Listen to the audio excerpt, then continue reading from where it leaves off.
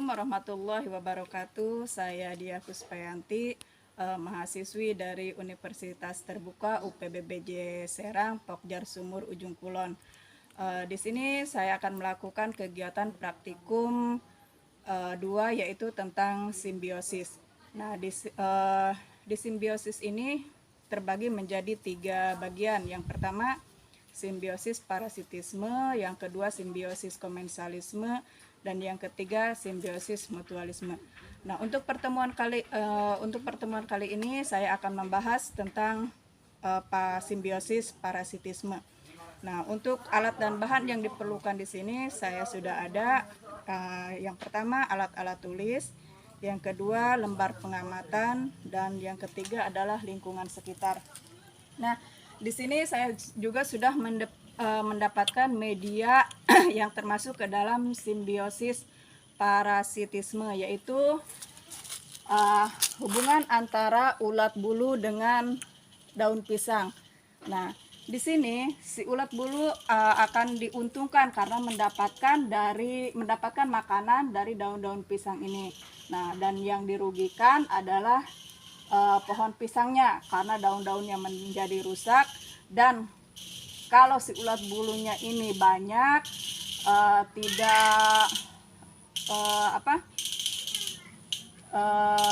bisa juga nanti si pohon pisangnya itu bisa mati. Untuk jenis simbiosis parasitisme yang selanjutnya yaitu tentang kutu daun yang menempel di pohon singkong. Di sini bisa terlihat ada beberapa kutu daun yang menempel di daun singkong. Nah, di sini ada kutu daun yang diuntungkan karena dia bisa mendapatkan makanan dari daun singkong ini. Dan pohon singkong ini akan mendapatkan kerugian karena selain daunnya rusak dan juga lama-kelamaan akan kering, juga pertumbuhan pohon singkong ini akan menjadi terhambat. Di sini adalah contoh simbiosis parasitisme hubungan antara kutu dengan kucing. Apabila kutunya terlalu banyak sehingga akan menyebabkan si kucing ini seperti yang terlihat banyak lukanya dan tumbuh dan berkembang dengan tidak normal. Kita bisa lihat salah satu simbiosis yang termasuk ke dalam simbiosis parasitisme adalah tumbuhan ilalang dengan tumbuhan pisang. Nah, di sini tumbuhan ilalang akan menyerap air, mineral, dan sinar matahari dari tanaman pisang dan tanaman yang lainnya yang ada di kebun ini. Nyamuk dengan manusia, yang dirugikan manusia karena darahnya dihisap dan juga bisa tertular penyakit yang dibawa oleh nyamuk. Sedangkan yang diuntungkan di sini adalah nyamuk. Dia mendapatkan makanan dari manusia berupa darah. Penelitian yang kedua adalah penelitian tentang simbiosis komensalisme. Di sini ada pohon kelapa dengan tumbuhan paku yang menempel di pohon kelapa. Simbiosis komensalisme ini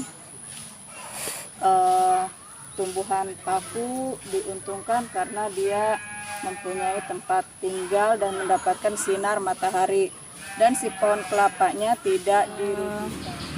Di sini ada tanaman anggrek yang tumbuh di pohon mangga.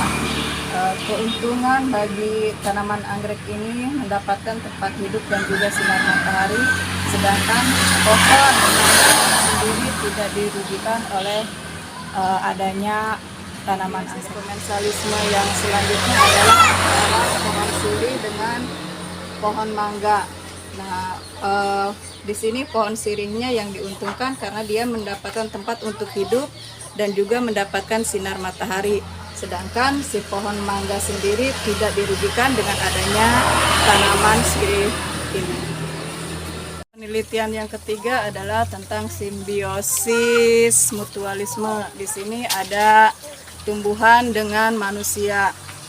Jenis keuntungannya bagi manusia adalah manusia mendapatkan oksigen sehingga menghasilkan karbon dioksida berupa gas, dan juga menjadi tempat untuk berteduh dan lingkungan menjadi asri dan segar.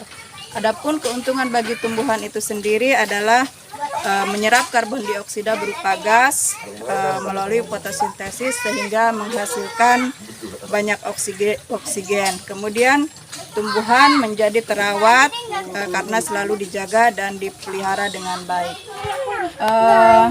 Jenis simbiosis mutualisme adalah contohnya di sini kita terlihat ada semut yang sedang memakan kutu daun.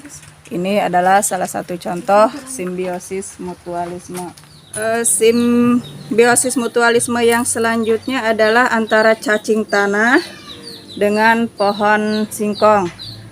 Di sini jenis keuntungan dari cacing tanah sendiri yaitu cacing mendapatkan makanan dari daun-daun kering yang berguguran yang kemudian membusuk. Dan keuntungan bagi pohon singkong sendiri yaitu si cacing tanah akan membuat lubang-lubang dalam tanah sehingga air dan udara mudah meresap dan diserap oleh akar. Setelah saya melakukan penelitian dari kegiatan praktikum kedua ini yaitu tentang simbiosis, dan simbiosis itu terbagi menjadi 3 bagian yaitu simbiosis parasitisme, simbiosis komensalisme, dan simbiosis mutualisme. Di sini saya sudah mendapatkan beberapa jenis tumbuhan atau hewan yang termasuk ke dalam simbiosis parasitisme dan juga simbiosis mutualisme dan simbiosis komensalisme. Di sini ada perbedaan antara ketiga bagian simbiosis tersebut. Di antaranya adalah simbiosis parasitisme adalah hubungan antara 2 jenis spesies yang salah satunya mendapat keuntungan dan yang satunya lagi mendapatkan kerugian. Sedangkan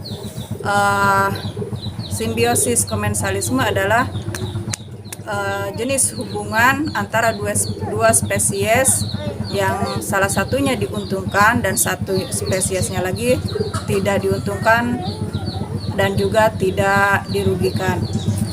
Dan yang simbiosis mutualisme adalah jenis hubungan antara hewan dengan hewan, tumbuhan dengan tumbuhan, dan kedua spesies itu akan mendapat keuntungan baik dari spesies yang satu dan spesies yang kedua itu sama-sama mendapatkan keuntungan.